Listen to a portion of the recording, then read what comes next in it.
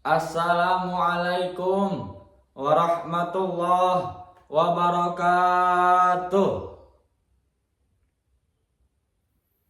Bismillah, alhamdulillah, wassalatu wassalamu ala rasulillah, wala haula wala quwwata illa billah, amma ba'du.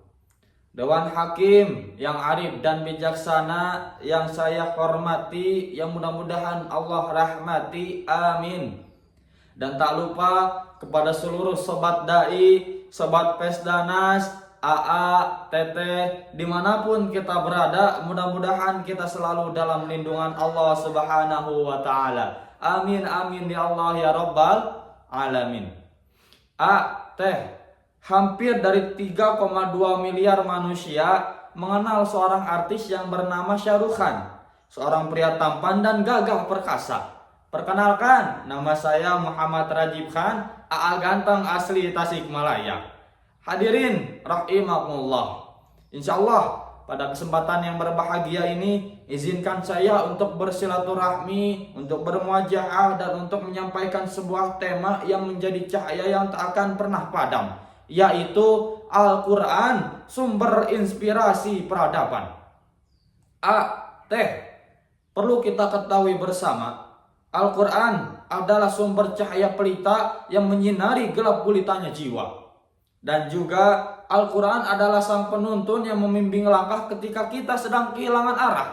Jikalau memang hidup adalah perjalanan yang panjang, maka Al-Quran hadir sebagai kompas kehidupan yang menunjukkan kepada kita arah menuju keselamatan dan kebahagiaan. Allah Subhanahu wa Ta'ala berfirman di dalam Al-Quran surah Al-Alaq ayat 1.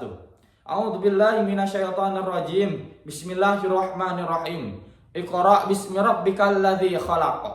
Bacalah dengan menyebut nama Tuhanmu yang menciptakanmu. Imam Ibnu Katsir di dalam kitabnya Tafsir Ibnu Katsir, beliau menjelaskan bahwasannya ayat ini bukan hanya perintah untuk membaca huruf, tetapi juga membaca alam, membaca makna, membaca takdir, membaca hikmah, dan membaca apa yang bisa terlihat dan apa yang tersembunyi. Dari satu bisikan wahyu inilah terlahir para tokoh-tokoh yang memahat sejarah.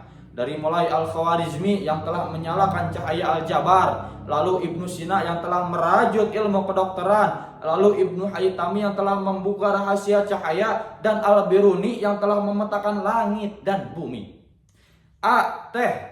Mereka ini bukanlah penyembah terang dunia, tetapi mereka adalah pewaris kalimat Iqra.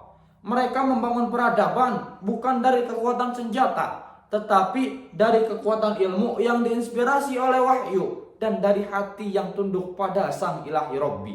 Masya Allah. Hadirin rahimakumullah. Peradaban itu tegak bukan hanya dengan teknologi, tetapi juga dengan akhlak yang terpuji. Allah Subhanahu wa Ta'ala berfirman di dalam Al-Quran surah Al-Qalam ayat 4. Wa innaka la'ala khuluqin azim.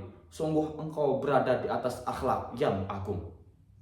Imam Ibnu Katsir di dalam tafsirnya menegaskan bahwasanya ayat ini adalah pujian dari Allah Subhanahu wa Ta'ala terhadap kesempurnaan akhlak Nabi, akhlak yang menjadi pondasi peradaban Islam. Nabi Muhammad SAW bersabda melalui hadis yang diriwayatkan oleh Imam Ahmad, "Innama bu'ithtu liutammima makarimal akhlaq." Sesungguhnya aku diutus ke muka bumi ini liutammima makarimal akhlaq, untuk menyempurnakan akhlak yang mulia. Hadirin rahimakumullah. Akhlak ini bukan sekadar ornamen peradaban, tetapi akhlak adalah jantungnya peradaban. Tidak bisa kita pungkiri, kita hidup di zaman yang serba instan, tetapi seringkali hati kita ini seringkali kehilangan arah ketenangan. Kita pandai untuk menghitung angka, tetapi kita lupa untuk menghitung makna. Karena itulah Allah memanggil kita melalui ayat sucinya Quran surah Ar-Ra'd ayat 28. Ala bizikrillahi tatmainnul qulub. Dengan mengingat Allah, hati akan menjadi tenang.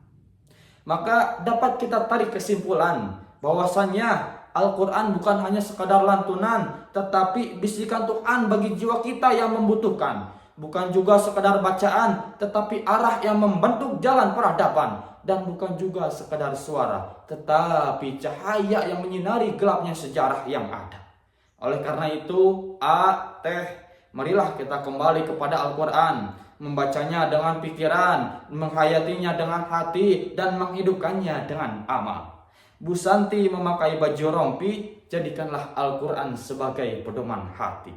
Bujang Enam pergi ke Ciamis, Pesdanas 2026, pokoknya mah jos jis. Sekian yang dapat saya sampaikan, kurang lebihnya mohon dimaafkan. Wabillahil hidayah wa taufiq. Wassalamualaikum warahmatullahi wabarakatuh.